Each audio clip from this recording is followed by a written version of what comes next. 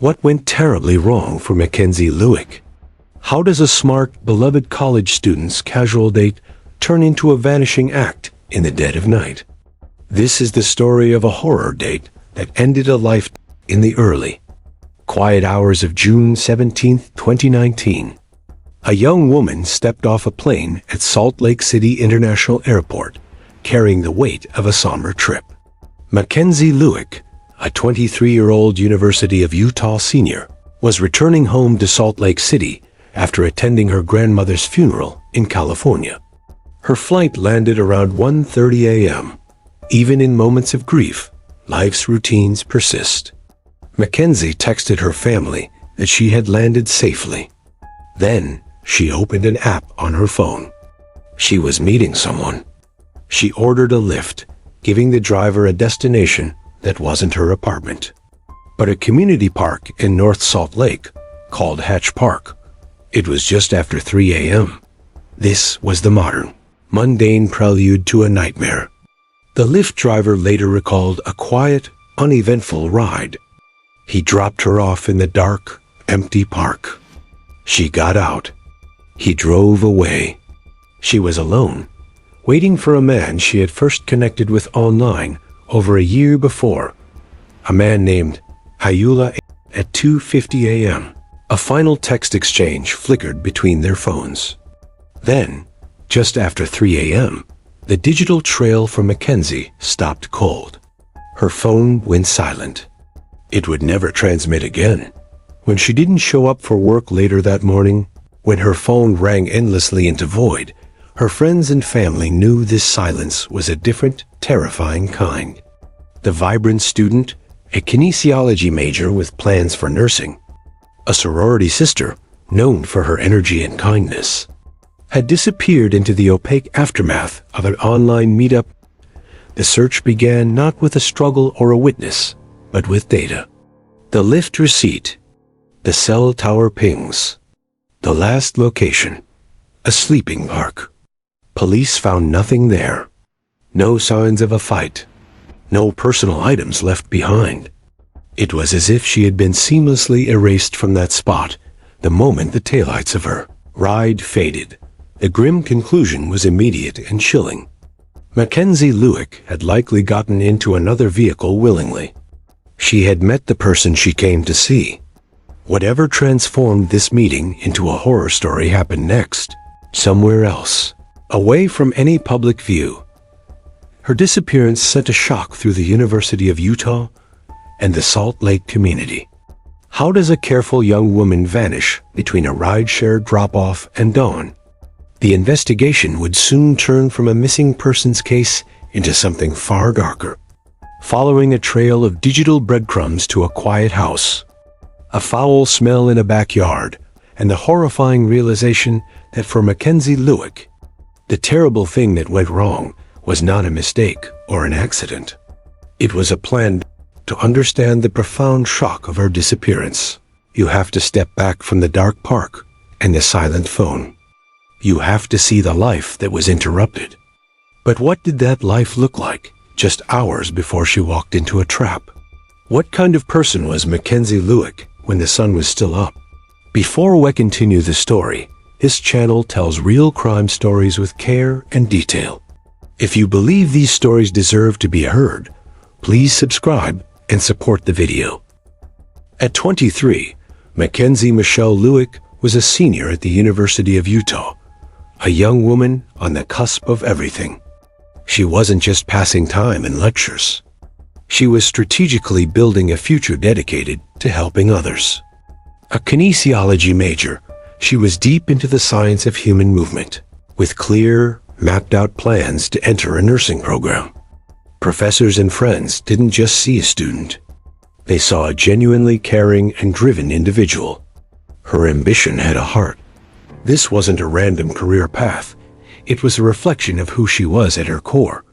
But who was she beyond the classroom? And how does someone like that end up in a deserted park at 3 a.m.? Her social world was full and vibrant. An active member of the Sigma Kappa sorority, Mackenzie was known for her reliable, upbeat energy. She wasn't on the periphery. She was a connective thread, a friend with a ready smile, the one you could count on. Her social media showed the typical, joyful snapshots of college life, laughing with friends, university events, the unremarkable, yet precious moments of a life being lived well. This was a young woman deeply embedded in a community, surrounded by people who cared about her, yet this community connection makes her next move so perplexing. Why would a woman with so many friends and such a full life choose to meet a near stranger in the dead of night? At the center of it all was a family coping with fresh grief. She had just returned from her grandmother's funeral in California. Her text saying, "Landed safe," was more than a courtesy. It was a reassurance to a family in mourning. Her return to Utah was meant to be the first step back into her own world of classes, work, and friends. She was responsible. She checked in. This context is critical. Mackenzie was navigating adulthood with competence. She was handling family loss, academic pressure, and an active social life. She was also, like millions, navigating modern dating, a world that often starts on a screen. Her actions that night weren't reckless. They were, in a modern context, normal. She used a rideshare for convenience. She agreed to meet someone she'd been messaging for a year. She was resuming her life. But here's the chilling question. What did that year of messages actually reveal? And how did her killer see the very normalcy of her life as an opportunity? Her world was Salt Lake City, a place where a student could feel a sense of safety amidst the mountains. A late-night meetup might seem ill-advised, but not unthinkably dangerous. The horror lies in how that normalcy was weaponized. The predator didn't target someone living on the edge. He invaded a life of routine and promise, exploiting the very apps and social trust that define how we live now. So, as investigators began their work, they weren't just looking for a missing woman. They were trying to solve a terrible riddle. How do you find someone who vanished from a world she understood into a darkness she never saw coming? The answer would force them to trace her final hours, not through her bright, busy world, but through the hidden, digital shadow of the man who ended it. And what they found in his world would defy any sense of normalcy forever. Investigation into Mackenzie Lueck's disappearance immediately faced a modern dilemma. There was no eyewitness to a struggle, no classic crime scene at the park. Instead, detectives had a digital trail, one that led directly from Mackenzie's phone to another. But who was on the other end of that signal? And what had a year of online chatter really set in motion? The connection was traced to Ayoola Ajayi, a 31-year-old information technology worker living in Salt Lake City. On paper, he seemed to be a functioning member of society, a former student at Utah State University. He had also served a stint in the Army National Guard. He had a job, a house. But this facade of normalcy concealed a critical and terrifying fact. Police would soon learn Ajayi had a pending case for the forcible sexual abuse of a different woman he had met on a dating app in 2018. This wasn't his first concerning encounter. So what did his digital history with Mackenzie actually show? Their specific connection began in 2018 on a dating platform. The exact nature of their arranged relationship, as described in court, was a type often sought on such sites. They had been messaging on and off for roughly a year. The planned meeting on June 17th wasn't a spur-of-the-moment idea. It was a long-discussed rendezvous. To Mackenzie, this was likely just another date, albeit a late and unusual one. But for Ajayi, evidence would suggest it was the culmination of something far more sinister. Because here is where the story shifts from a bad date to something premeditated and chilling. In his later confession, Ayoola Ajayi would admit a horrifying truth. He had planned to kill Mackenzie Lueck before she ever got out of that Lyft. This wasn't a crime of passion that erupted in the moment. It was a plotted execution, and he took deliberate steps to set the stage in the hours before her arrival. Ajayi disabled the surveillance cameras at his home. He didn't just turn them off. He specifically unscrewed and removed them. This single act strips away any notion of a spontaneous heated conflict. This was logistical preparation. He was creating a black hole of evidence at the very location where he intended to bring her. What does that level of forethought tell us about his state of mind? So, when Mackenzie's Lyft pulled away from Hatch Park at 3 a.m., she wasn't just meeting an online acquaintance. She was walking into a controlled environment, meticulously prepared for violence. Her last text was likely sent just feet from his vehicle. Her phone went dark shortly after because investigators believe she was now inside his world, a world where he had already decided her fate. This transforms the entire narrative.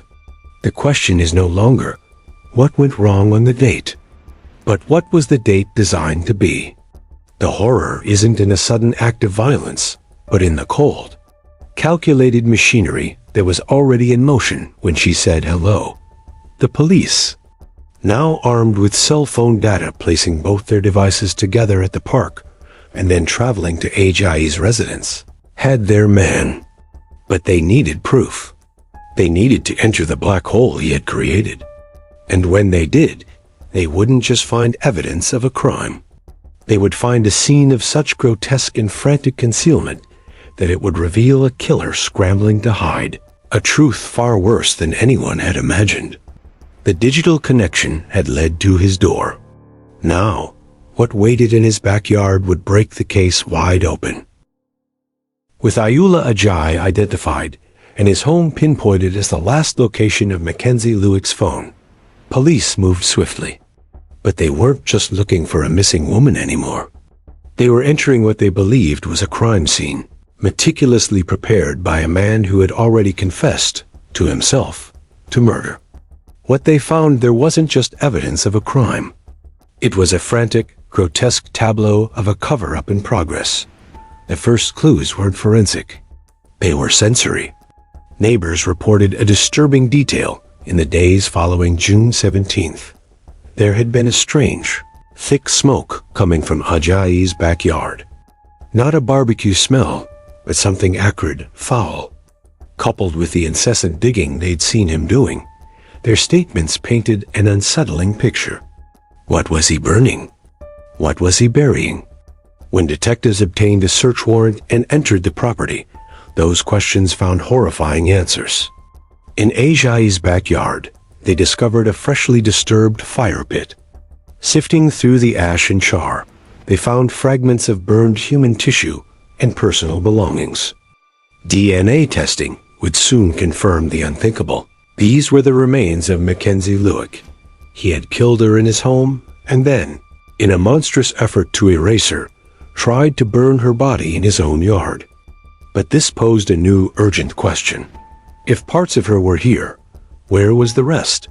The official cause of death, as later determined by autopsy, was blunt force trauma to the head. But the violence didn't end there. Investigators found evidence that her arms had been bound behind her back. This was not a simple, violent encounter. This was an act of restraint, control, and ultimate violation. Ajayi was arrested on June 28th, but the nightmare of discovery was far from over, because Ajayi had panicked. After that initial botched attempt at destruction in his fire pit, he realized the evidence was too great. So, he undertook a second, even more calculated act of desecration.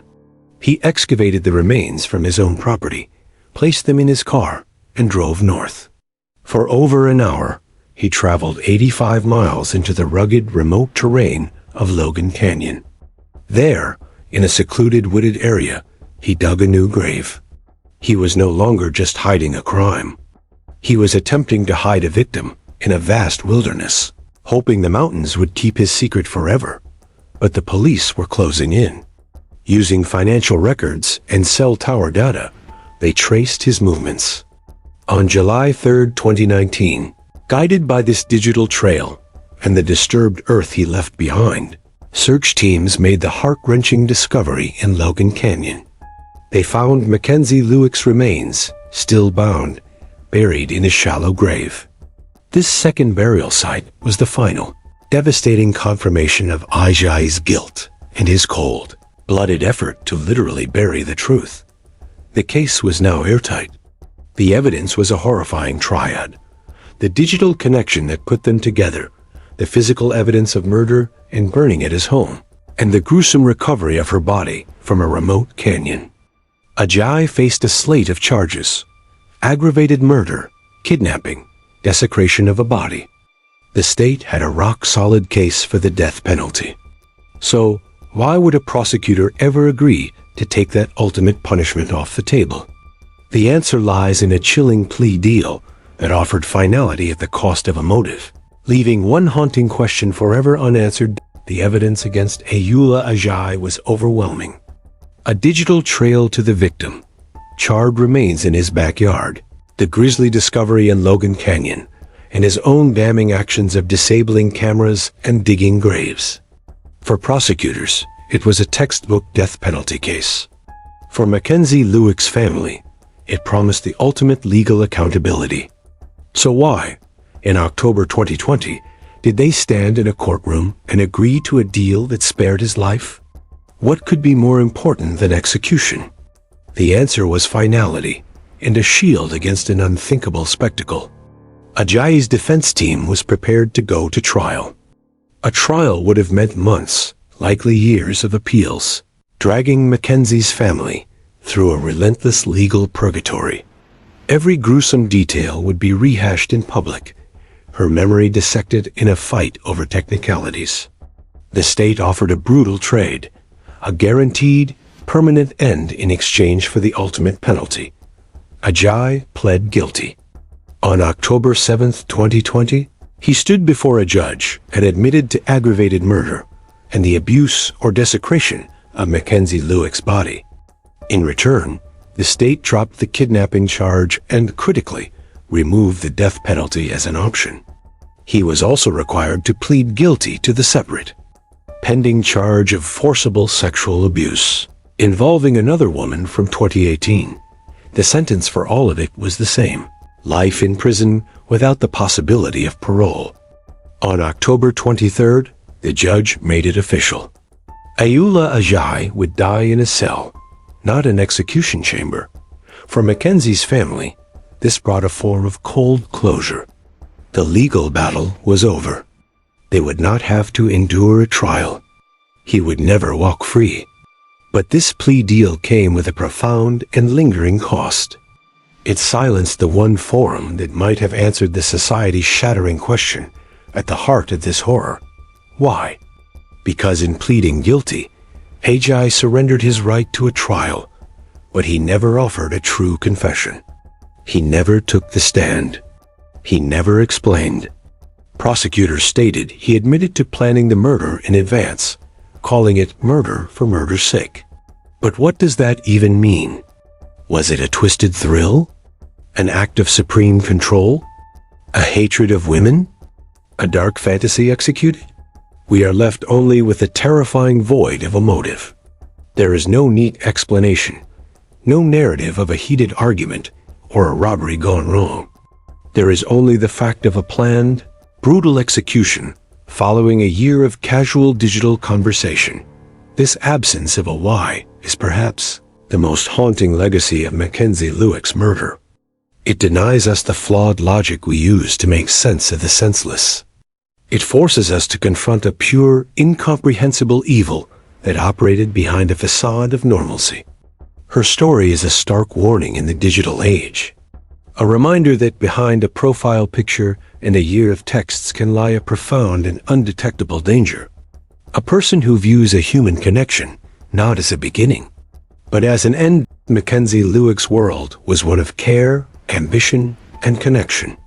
Ayoola Ajayi's was one of predation, premeditation, and void.